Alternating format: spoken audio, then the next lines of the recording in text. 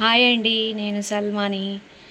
ఇప్పుడు నేను కందిపప్పు తోటకూర పప్పు చేస్తున్నానండి.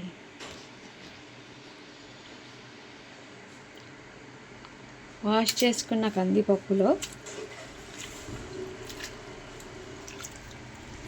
చిన్న చిన్నగా కట్ చేసుకున్న తోటకూర ఆకుల్ని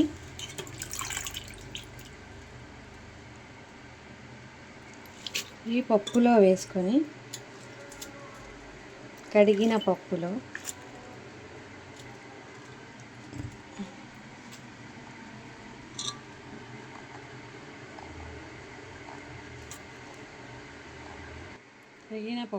తోటకూర వేసి, అందులో ఒక చిన్న నిమ్మకాయ అంత టమాటా, 3 పచ్చిమిర్చి వేసి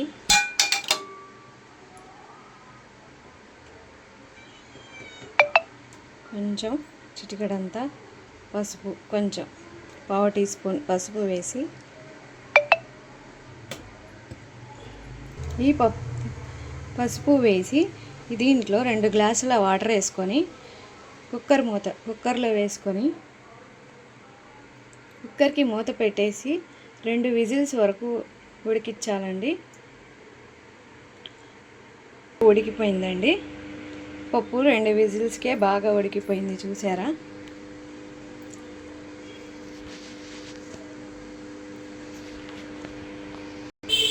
ఇప్పుడు దీంట్లో ఎక్కువ వాటర్ ఉంటే కొంచెం తీసుకొని ఒక దాంట్లో తీసుకోనండి, దీంట్లో పప్పు గుత్తితో మెత్తగా చేసుకోవాలి.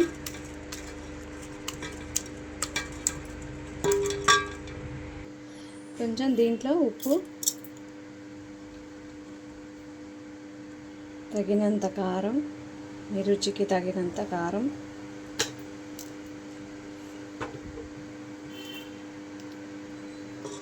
చిన్న సైజు చింతపండు, గోలీ సైజు అంత చింతపండు,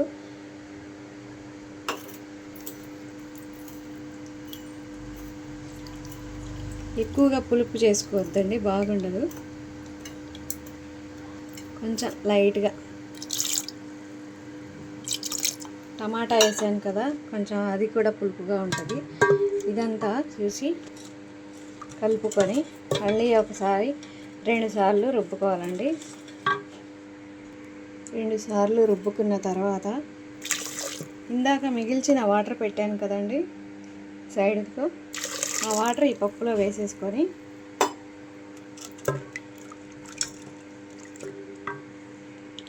ఒక 5 మినిట్స్ ఉడికనిచ్చి తాలింపు వేసుకోవాలండి.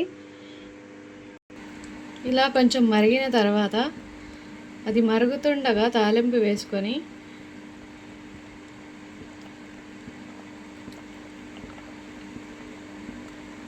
ఇలా మరిగింది కదండి, ఇంకో సైడ్ మనం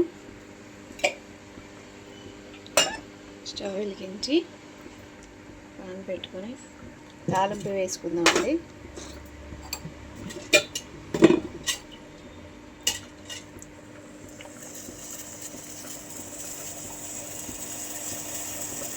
నీరంతా పోతుంది. పోయిన తర్వాత ఒక 2 చెంచాలని ఆయిల్ వేసి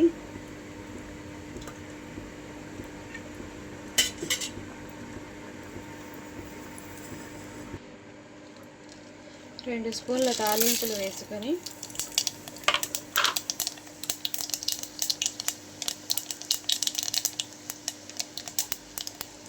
కచ్చాపక్కాగా దంచిన వెల్లుల్లి రెబ్బల్ని 8 వేసి బాగా కలుపుకోండి.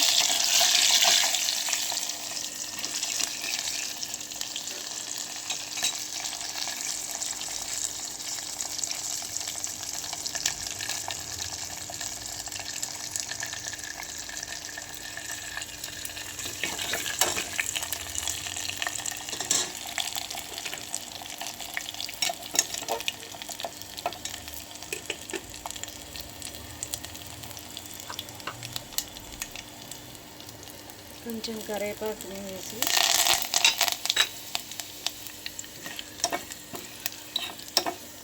బాగుంటుందండి తోటకూర పప్పు. మీరు ట్రై చేయండి ఒకసారి, కామెంట్ చేయండి. నాకు నచ్చితే లైక్ చేయండి.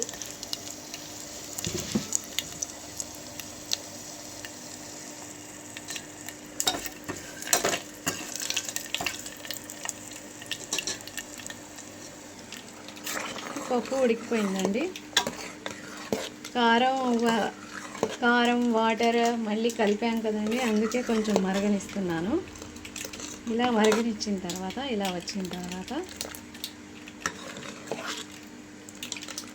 మరీ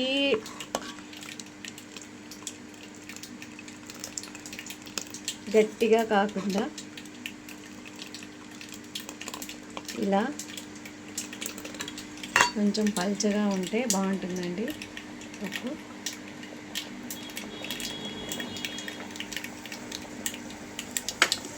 ఈ తాలింపులో పప్పుని వేసి